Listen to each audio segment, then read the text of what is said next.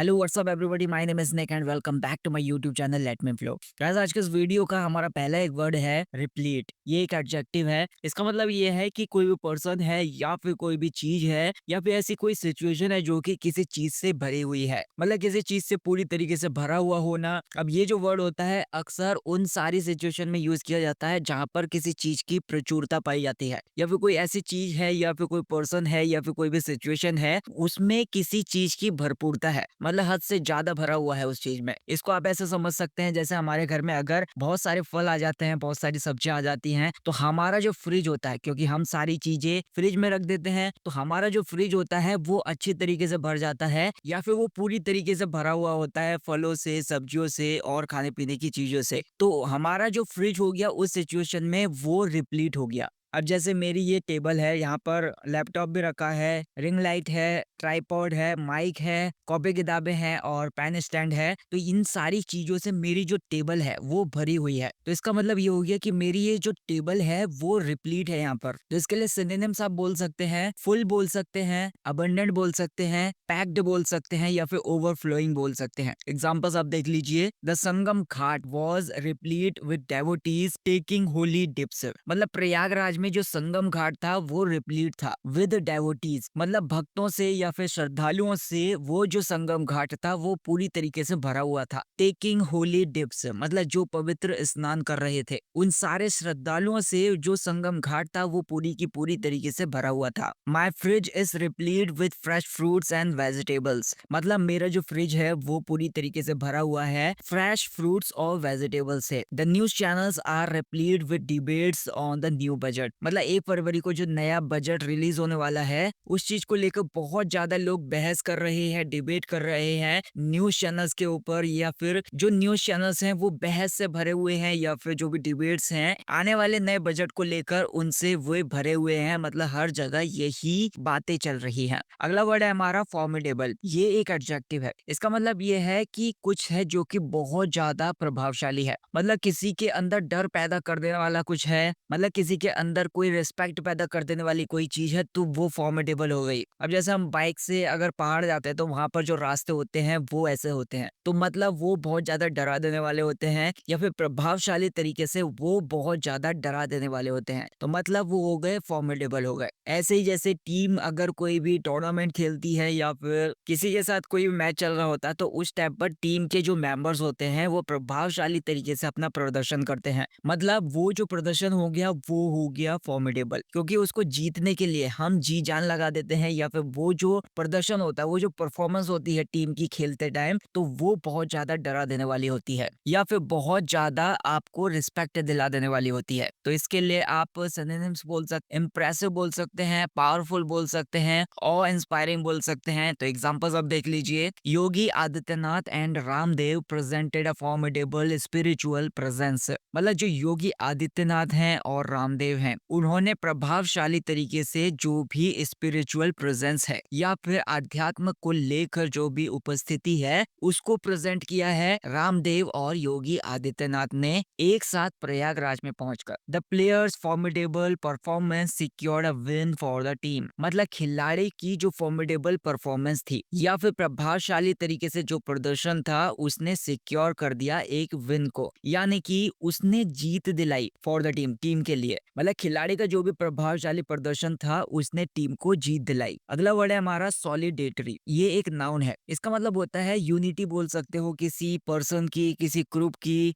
मतलब एकजुटता बोल सकते हो। अब जैसे कोई भी ग्रुप होता है उनके अंदर जो भी मेंबर्स हैं, उनके अंदर जो भी सदस्य हैं, उन सभी की एक ही धारणा होती है या फिर एक ही उद्देश्य होता है, तो मतलब वे सारे के सारे एकजुट होते हैं, तो उनकी एकजुटता को आप सॉलिडेटरी बोल सकते हैं। अब जैसे कुछ लोग हड़ताल पर बैठ जाते हैं, तो सारे के सारे लोगों की जो धारणा होती है, सारे के सारे लोगों की जो भी फीलिंग्स होती हैं, जो भी विचार होते हैं उनके मन में, सभी की एक ही समान होती है, तो मतलब उनकी एकजुटता को आप सॉलिडेटरी बोल सकते हैं, क्योंकि वे सारे के सारे एक ही चीज के ऊपर काम कर रहे हैं, एक ही यूनिटी बनाए रखी है उन्होंने। ऐसे ही अगर किसी प्रोजेक्ट को पूरा करने के लिए बहुत सारे लोग एक ही प्रोजेक्ट के ऊपर काम करते हैं, तो इसका मतलब ये हो गया कि वो एकजुट होकर उस प्रोजेक्ट को पूरा करने के लिए काम करते हैं, तो उस एकजुटता को सॉलिडेटरी बोल सकते हैं, तो इसके लिए सिनोनिम्स आप बोल सकते हैं, यूनिटी बोल सकते हैं, टुगेदरनेस बोल सकते हैं, सपोर्ट बोल सकते हैं या फिर हार्मनी बोल सकते हैं। तो एग्जांपल आप देख लीजिए, Amit Shah called the Mahakumbh a festival of cultural solidarity. मतलब जो अमित शाह हैं उन्होंने कहा महाकुंभ को एक ऐसा फेस्टिवल है जो कि कल्चरल सॉलिडेरिटी को दिखाता है, यानी कि जो सांस्कृतिक एकजुटता है उसका ये महाकुंभ एक त्योहार है। तो उन्होंने अमित शाह ने ऐसा कहा, the employees showed solidarity during the strike. मतलब जो एम्प्लॉयज हैं, जो भी कर्मचारी हैं, उन्होंने सॉलिडेरिटी दिखाई, उन्होंने एकजुटता दिखाई ड्यूरिंग द स्ट्राइक। जब वो हड़ताल चल रही थी तो उन सब ने, सारे के सारे कर्मचारियों ने एकजुटता दिखाई। अगला वर्ड है हमारा एवर्जन। ये एक नाउन है, इसका मतलब होता है एक स्ट्रॉन्ग डिसलाइक बोल सकते हो किसी चीज के लिए या फिर किसी पर्सन के लिए। मतलब बहुत ही कड़ी घृणा बोल सकते हो किसी चीज के लिए या फिर किसी पर्सन के लिए। जैसे आपके लिए कोई भी चीज है या फिर कोई भी पर्सन है तो वो आपके लिए बहुत ज्यादा नापसंदगी भरा है, तो इसका मतलब यह है कि आपके मन में उस पर्सन के लिए या फिर उस चीज के लिए बहुत ज्यादा घृणा भरी हुई है। तो उस घृणा को, उस नफरत को आप एवर्जन बोल सकते हैं। इसको आप ऐसा समझ सकते हो जैसे कुछ लोग होते हैं वे सुबह सुबह उठते टाइम नौटंकी दिखाते हैं। तो मतलब ये हो गया कि सुबह उठने के लिए उनके मन में बहुत ज्यादा घृणा होती है, बहुत ज्यादा नफरत होती है। तो उस नफरत को, घृणा को आप एवर्जन बोल सकते हैं। कुछ लोग होते हैं कि भीड़ वाले इलाकों में या फिर भीड़ वाली जगहों में जाने से बहुत ज्यादा नफरत करते हैं, तो उस घृणा को एवर्जन बोला जा सकता है। तो इसके लिए आप सिनोनिम्स बोल सकते हैं, डिसलाइक बोल सकते हैं, हेट्रेड बोल सकते हैं। एग्जांपल्स आप देख लीजिए, Amit Shah showed aversion to distractions and focused solely on the rituals. इसका मतलब ये हुआ कि जो अमित शाह हैं उन्होंने घृणा दिखाई या फिर अपनी नफरत दिखाई, उन ध्यान को भटका देने वाली चीजों के लिए घृणा दिखाई या फिर नफरत दिखाई और फोकस किया सोलली ऑन द रिचुअल्स, केवल एंड केवल रिचुअल्स के ऊपर या फिर जो भी अनुष्ठान थे उनके ऊपर फोकस किया। I was strong aversion to waking up early in the morning. मतलब सुबह सुबह जल्दी उठने के लिए मेरे अंदर बहुत ज्यादा नफरत भरी हुई है। She has an aversion to spicy food. मतलब जो स्पाइसी फूड होता है, मसालेदार जो खाना होता है, उस चीज के लिए उस लड़की के अंदर बहुत ज्यादा घृणा भरी हुई है। नेक्स्ट वर्ड है हमारा टॉलरेंस। ये एक नाउन है, इसका मतलब होता है कि किसी बात को एक्सेप्ट करने की जो योग्यता होती है या फिर किसी बात को सहन करने की जो योग्यता होती है, उस योग्यता को आप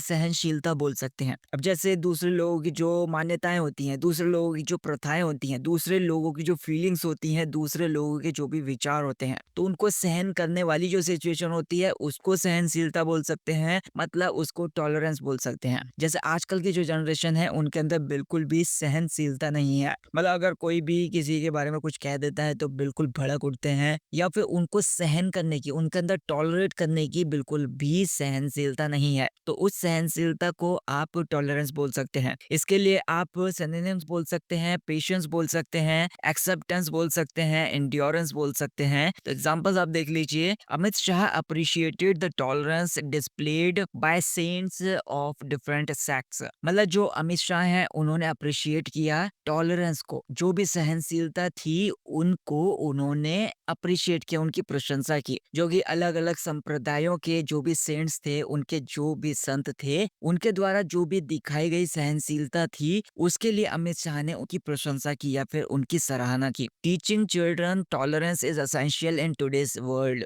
मतलब आजकल के टाइम में बच्चों को टॉलरेंस सिखाना, बच्चों को सहनशीलता सिखाना बहुत ज्यादा जरूरी है। नेक्स्ट वर्ड है हमारा मॉडेस्ट। ये एक एडजेक्टिव है, इसका मतलब होता है कुछ भी है जो कि बहुत ज्यादा साधारण है, बहुत ज्यादा लिमिटेड है या फिर अमाउंट में बहुत ज्यादा कम है। इसको आप ऐसा समझ सकते हैं जैसे कोई भी पर्सन है उसके अंदर दिखावा करने की बिल्कुल भी आदत नहीं है, मतलब सादगी वाला जीवन वो जीता है, तो उसे आप मॉडेस्ट बोल सकते हैं। वो पर्सन को मॉडेस्ट बोला जा सकता है। तो इसके लिए सिनोनिम्स बोल सकते हैं, हम्बल बोल सकते हैं, सिंपल बोल सकते हैं, मॉडरेट बोल सकते हैं। तो एग्जांपल्स आप देख लीजिए, he lives a modest lifestyle despite his wealth. मतलब उसके पास बहुत रुपया पैसा है, बहुत संपत्ति है, उस चीज के बावजूद भी वो साधारण जीवन जीता है। Amit Shah performed a modest modest aarti at Sangam Ghat with his family. मतलब अमित शाह ने परफॉर्म की या फिर अमित शाह ने एक साधारण आरती की एट संगम घाट के ऊपर विद हिज फैमिली, अपनी फैमिली के साथ। और नेक्स्ट वर्ड इज इम्पेटस। ये एक नाउन है, इसका मतलब होता है मतलब एक ऐसा फोर्स है, एक ऐसी चीज है जो किसी पर्सन को प्रेरित करती है कुछ करने के लिए या फिर कुछ होने के लिए, किसी पर्सन को प्रेरित कर देती है। तो उस प्रेरणा को, उस चीज को आप इम्पेटस बोल सकते हैं। अब जैसे कोई पर्सन है, उसको कोई चीज है जो मोटिवेट कर देने वाली है, उसको मतलब आगे बढ़ने के लिए मोटिवेट कर देने वाली है, तो उस मोटिवेशन को, उस प्रेरणा को आप इम्पेटस बोल सकते हैं। अब ये शारीरिक तौर पर भी हो सकती है, मानसिक तौर पर भी हो सकती है, या फिर सामाजिक तौर पर भी हो सकती है। अब जैसे कितने लोग होते हैं वो फिटनेस को लेकर बहुत ज्यादा एंथुसियास्ट होते हैं, तो इसका मतलब ये हो गया कि फिटनेस को लेकर उनके अंदर बहुत ज्यादा जुनून होता है, उनके अंदर बहुत ज्यादा मोटिवेशन होता है, या फिर उनके अंदर बहुत ज्यादा प्रेरणा होती है, उनके अंदर बहुत ज्यादा इम्पेटस होता है।